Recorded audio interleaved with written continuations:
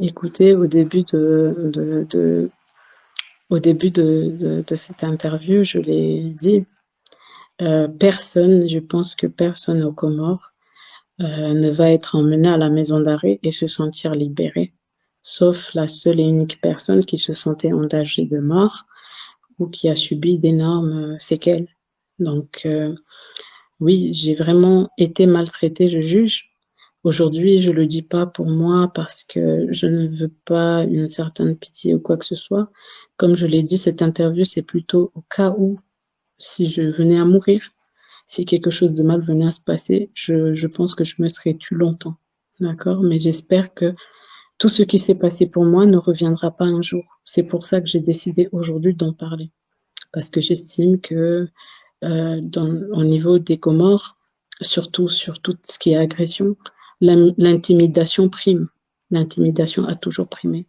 Donc, imaginez-vous une personne qui a été enceinte, qui a été en cavale quelque part, qui est revenue sans, comment dire, vérifier mon état de santé, comment j'étais et tout ça. Donc, à mon arrivée, déjà, c'était galère pour manger. Ça, c'est la chose déjà qui a été très, très difficile. J'ai été très, très mal nourrie. Imaginez-vous que je pouvais rester du matin jusqu'à 18 heures, voire, parce qu'on était en plein mois de Ramadan, pour avoir droit à un manioc très, très dur avec un ulcère, parce que toute femme enceinte saura que c'est très difficile, et un couscous. Parfois, tu pouvais même pas avaler. Donc, il fallait que je continue à boire de l'eau. C'était même pas suffisant l'eau parce qu'il fallait un budget. Et ceux qui me détenaient m'expliquaient qu'il n'y avait pas un budget alloué pour cela. Comme à notre arrestation, mon mari avait 600 € dans son portefeuille, j'avais quand même demandé à avoir ça, mais bon, c'était par gain de cause. Il y avait aussi un manque de respect sur ma dignité. Si je venais à vomir, tu entendais ceux qui étaient là me dire tu n'as qu'à mourir là-bas, tu vois. Imagine, tu te sens mal, tu es fatigué parce que dans une situation comme ça, tu es très fatigué, tu es enceinte, tu ne manges pas. Donc, quand tu vomis rien. Donc, ça fait encore plus mal. Et tu entends les gens derrière qui te disent j'espère que tu vas mourir aujourd'hui, tu n'as qu'à mourir. Ça, c'est les mêmes personnes qui te détiennent. Quand tu vas prendre le bain, il y avait un gros manque de dignité parce qu'on me disait de ne pas fermer la porte. Genre, comme si peut-être j'allais fuir. Il n'y avait même pas quelque part où fuir. Donc, je pouvais pas, j'étais gênée, j'osais pas me doucher parce que quelque part, j'avais l'impression si je ferme pas la porte, bah, comment je me douche? Et oui, j'ai été victime d'agressions sexuelles. Je me souviens comme si c'était aujourd'hui parce que c'était un vendredi soir, il y avait plus de lumière. C'était la deuxième semaine, je ne saurais dire à quelle date, mais je suis venue, je me souviens, je suis venue un mercredi. J'ai été arrêtée un mercredi et il y a d'abord eu un vendredi et puis un autre vendredi. Je ne saurais même pas vous dire où j'étais parce qu'on nous a ramenés avec des cagoules et tout. Mais ce qui m'a affecté, c'est que le soir même, quand c'était le soir d'après la signature de mes documents, quand j'ai accepté de signer les documents, bah, le soir, et je ne sais même pas par qui, il y a eu la lumière qui s'est éteinte. Et c'était tard, ça devait être très très tard. Et la personne est rentrée et a commencé à me crier dessus. Vas-y debout, elle m'a mis de l'eau. Et après, il a commencé à se mettre sur moi. J'étais tellement impuissante et faible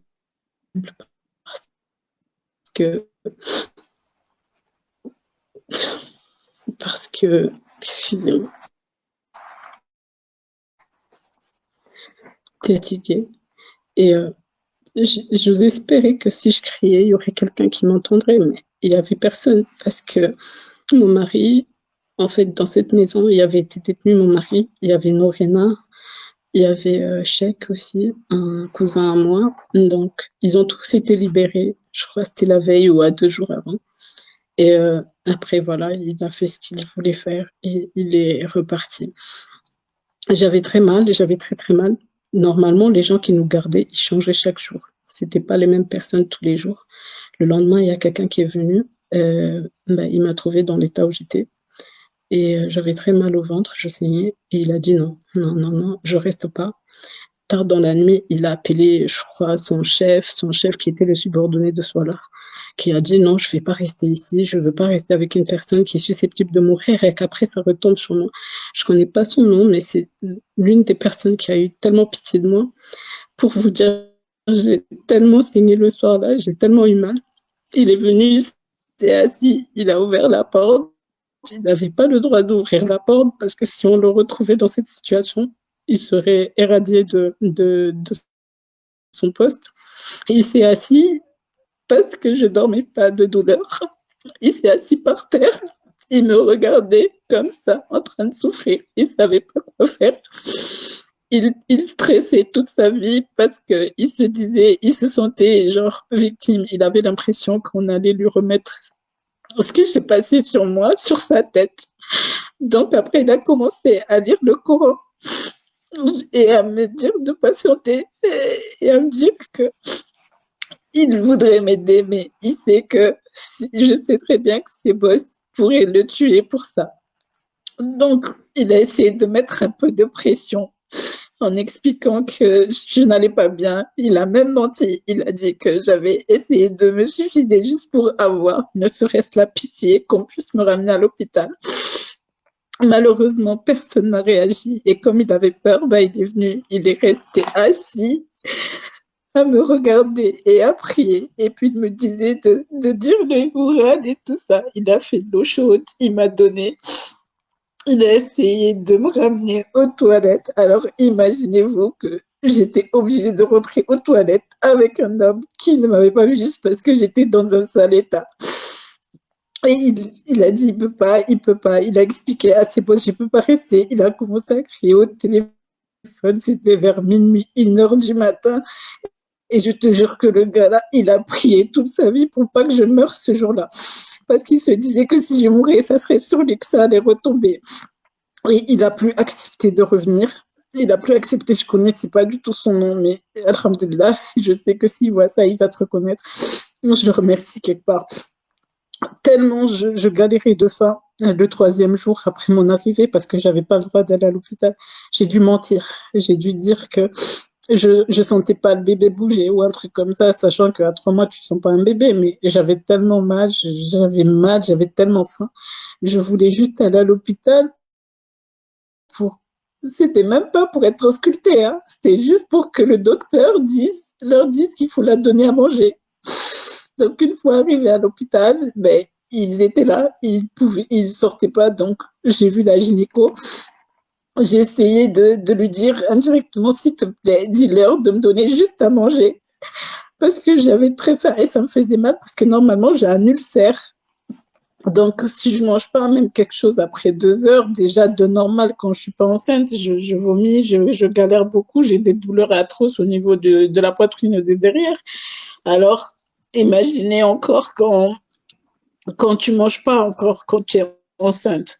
Donc, une fois devant la gynéco, elle a voulu m'enlever les habits pour m'ausculter, mais les autres n'ont pas voulu sortir de la salle. Donc, elle était très gênée aussi comme moi, mais n'avait pas le choix. Donc, elle a soulevé. Je cherchais un moyen pour la dire, s'il te plaît, je m'en fous des médicaments, dis-leur juste de me donner à manger. J'ai essayé de la dire, mais tellement elle aussi, elle était intimidée et de peur, vu les hommes armés qui m'avaient ramenée, elle a même pas pu. Mais j'ai essayé de lui dire. Après, elle a juste dit, écoutez, il faut qu'elle mange et qu'elle prenne les médicaments parce que j'ai compris qu'elle aussi, elle a pris peur. Elle voulait pas montrer comme si je lui ai dit qu'il me donnait pas à manger. Donc, sur la route, j'ai crié, j'ai dit non, je pars pas. Si vous me payez pas à manger, je pars pas. Finalement, ils ont cédé, ils m'ont pris à manger dehors. Ça leur a coûté cher d'ailleurs parce que quand ils m'ont dit on leur a pas donné d'argent, ben j'ai dit écoutez, prenez dans l'argent que vous avez trouvé dans le portefeuille de ma mari, mais s'il vous plaît, donnez-moi à manger. Ça fait 3 jours que j'ai pas mangé. Donc après, ils m'ont dit ok, mais il faut pas que les boss ils savent. Donc ils parlaient bien de soi là. Sinon, ça va nous coûter cher. Donc j'ai dit ok, d'accord. Et donc, j'ai caché ça. J'ai pas dit, mais ils m'ont payé à manger. Et après, ils ont caché ça pour me donner le soir. Donc, mais après, finalement, ils ont su. Et quand ils ont su, ils ont été obligés de repayer les 50 € qu'ils ont piochés C'était 100 euros, je crois. 100 euros parce qu'on a payé aussi les médicaments parce qu'ils ont dit on n'a qu'à payer aussi les médicaments en route parce qu'après, si on part, ils pensent pas qu'ils auront l'autorisation de le faire. Donc après, ils ont payé les médicaments et ils m'ont payé à manger. Et après, je leur ai dit, vas-y, vous pouvez prendre dans l'argent qu'il y avait dans le portefeuille de mon mari. Donc, quand ils sont arrivés, les boss qui étaient là, bah, ils ont dit non. Ils n'avaient pas le droit de me payer à manger. Et comme ils ont pris la décision de le faire, ils devaient payer ça eux-mêmes de leur poche. Donc finalement, ils ont essayé de retrouver des sous par eux-mêmes pour repayer ça, même si après que Yasser soit sorti, on ne lui a jamais rendu son argent de toute façon. Bref. Madame, Voilà, je pense que je suis passée partout. Et j'aimerais préciser, aujourd'hui, si j'accepte de parler de ça, il faut savoir que ça impacte ma relation. Parce que déjà, on n'a plus de vie, on est tellement exposé. Notre relation familiale, tout ça, mari, etc. Donc, ça va nous affecter, ça va nous suivre toute notre vie, ça va suivre aussi nos enfants. Mais je me dis que aujourd'hui, si je me tais, c'est qu'il y aura d'autres personnes qui vont subir la même chose. Aujourd'hui, si je me tais, il y aura d'autres femmes qui vont subir la même chose. Vous voyez, je me suis déjà tue une fois. Je refuse de me taire encore une deuxième fois. Au début, tu te dis, tu es jeune, tu as peur de ce que tes parents vont dire, tu as peur de ce que les gens vont dire, donc tu ne dis rien. J'ai déjà subi une agression par une personne de mon quartier. Je n'ai jamais osé dire jusqu'aujourd'hui. Je n'ai jamais osé parler jusqu'aujourd'hui. Et pourtant, j'étais jeune. Quand j'ai atteint un âge de parler, j'ai jamais osé dire la vérité. Mais je suis me relevée avec la tête haute. Et en plus, le regarder comme ça, comme si de rien n'était dehors. Aujourd'hui, par abus de pouvoir. Aujourd'hui, parce que quelqu'un a un gros pouvoir sur l'autre, il peut mener une enquête comme il veut, il peut imposer ses règles et il peut faire des choses pour ne pas que jamais ça se sache. Aujourd'hui, Wallah Landim, je suis sûre que si je suis vivante, c'est parce que une femme enceinte qui serait morte dans les mains dans les mains d'une arrestation ou de quoi que ce soit, ça serait vraiment palpable à la vue nationale. Mais je pense que c'est la seule chose qui m'a sauvée indirectement. Mais peut-être que ça serait peut-être arrivé, ou peut-être que ça va arriver. Jusqu'aujourd'hui, je ne suis pas sûre que ça ne va pas arriver. De toute façon, parmi les intimidations qu'il y a eu toujours, c'est que si je fais pas ceci, ils vont empoisonner ma mère. Si je fais pas cela, si ma sœur revient au pays, elle va être arrêtée. D'ailleurs, ma mère, elle a galéré pendant 6-7 ans pour essayer de l'enseigner dans un domaine qui est extrêmement difficile et cher, avec seulement sa couture. Elle a fini son master d'aéronautique depuis juin. Elle est contrainte de ne pas venir parce que ma famille a peur qu'à son arrivée, soit aussi l'arrête. Parce qu'il me l'a dit. Il m'a dit que si ma sœur ose venir, il va l'arrêter. Tu vois, donc elle est bloquée, elle est contrainte, elle n'a pas de situation, elle travaille pas, elle a pas d'argent, elle doit essayer de subvenir à ses besoins aussi difficilement que c'est possible, tout simplement parce que ma mère, elle a peur qu'à son arrivée, elle aussi soit arrêtée sous prétexte parce que j'ai un problème X avec Solar et que celui-ci voudrait prendre la maison et que si ma sœur elle vient, c'est que elle pourra aussi défendre que c'est non, elle a jamais signé quoi que ce soit. Donc, voilà. Madame Maintenant, Nazra, ouais, vous m'aviez posé des questions, excusez-moi, désolé ouais. si s'il y a eu beaucoup trop. C'est que tu essaies de passer au-dessus de certaines difficultés, mais après, tu trouves que tu sais même plus où t'en tenir, donc voilà. Excuse-moi, Madame Nazra, est-ce que tu as tout raconté l'histoire d'agression sexuelle à votre avocat et quelle était sa réaction comme procédure judiciaire qu'il a fait? C'était le cas ou pas? Écoutez, dès le début de cette histoire, j'ai eu un gros manque de confiance parce que Salah savait que mon avocat c'était Maître Idriss. Donc j'avais peur, je ne sais pas. Quelque part, je me disais qu'il le menaçait ou qu'il l'intimidait ou qu'il l'appelait ou qu'il ceci. À vrai dire, je me suis jamais confiée. Jusqu'à aujourd'hui, je ne me suis jamais confiée. Je n'ai jamais parlé avec Idriss. Je ne lui ai pas dit le fond de l'histoire. Même lui, j'ai peur parce que je ne sais pas s'il connaît la vraie version de l'histoire. De quel côté sera-t-il? À vrai dire, sur cette histoire, Je me dis que même si un juge venait à savoir que j'étais victime d'abus de pouvoir, même si mon avocat venait à savoir, même si il venait à savoir que j'étais... en fait, ce qui se passe, c'est quoi? C'est que je suis arrêtée par l'homme le plus puissant de ce pays. Vous comprenez? Et je me dis que si un jour il venait à savoir que je parlais, bah, il allait encore me rendre, peut-être il va me tuer, peut-être il va me rendre la vie encore plus difficile. Je ne sais pas ce qu'il est capable de faire. Donc, je me suis toujours dit dans ma tête que si je parlais, si je me mettais à parler, je n'aurais jamais droit un jour à parler ou à être devant une justice ou à dire la vérité un jour, vous voyez. Donc, je me suis dit, je préfère me taire et voir comment va avancer les choses. Parce que si cela se met à savoir que je parle ne serait-ce d'une petite information, croyez-moi, il est capable, même dans cette prison, de me rendre la vie difficile. Déjà, il a dit ça à mon mari. Il a déjà dit ça à mon mari que je n'ai qu'à faire très attention à ce que je dis et à ce que je fais. Parce que je ne sais pas de quoi il est capable. Mais il lui suffit d'un coup d'appel et que même ma vie en prison sera la plus difficile possible. Soit là aussi a fait une vidéo de mon mari. Il a forcé mon mari à faire une vidéo qui lui a été imposée, je pense, avec un certain journaliste connu sur le nom de, je sais plus, je sais pas, de Alwaton, là, je sais plus comment il s'appelle.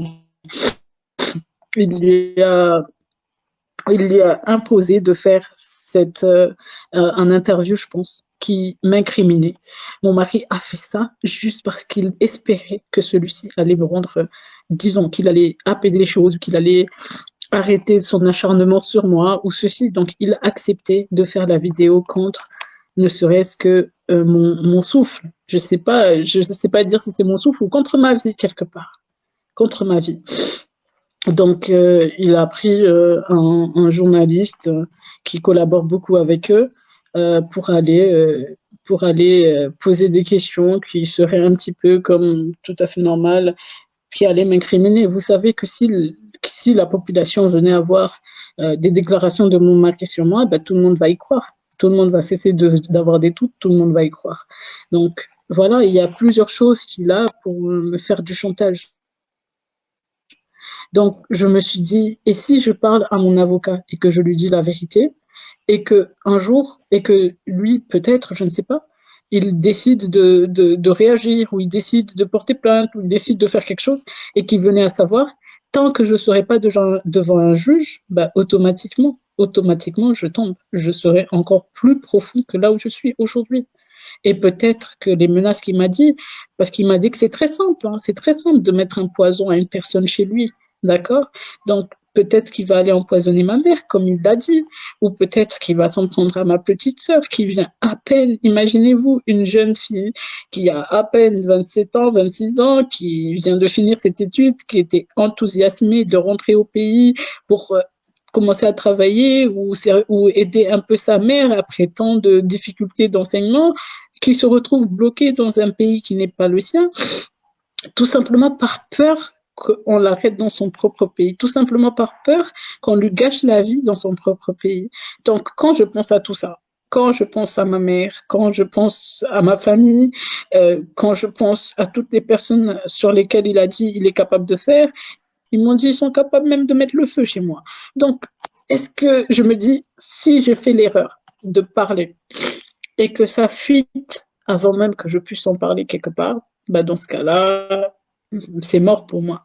Il faut que je sois stratégique, il faut que je puisse me taire, que je joue le jeu, que je ne parle jamais, jusqu'à soit je puisse obtenir une liberté, soit je puisse obtenir comment dirais-je, une justice, soit je sais pas, et après peut-être en parler. Donc jusqu'à ce que je puisse obtenir une justice, genre ne serait-ce obtenir une négociation, je dirais, parce que c'est même pas une justice, j'arrive à obtenir une négociation sur un terme d'accord, là, peut-être je peux dire la vérité à mon avocat et après commencer à parler avec lui ou être ouvert. Mais là, actuellement, j'ai peur. C'est des gens qui ont les mains très longs, très, très longs. Ils peuvent toucher Nazra, partout. Et ce pays, il est très petit devant Souala. Très petit devant Souala. Donc, voilà Nazra, pourquoi je me suis pas confiée à lui pour le on moment. ne peut pas être, on ne peut pas être insensible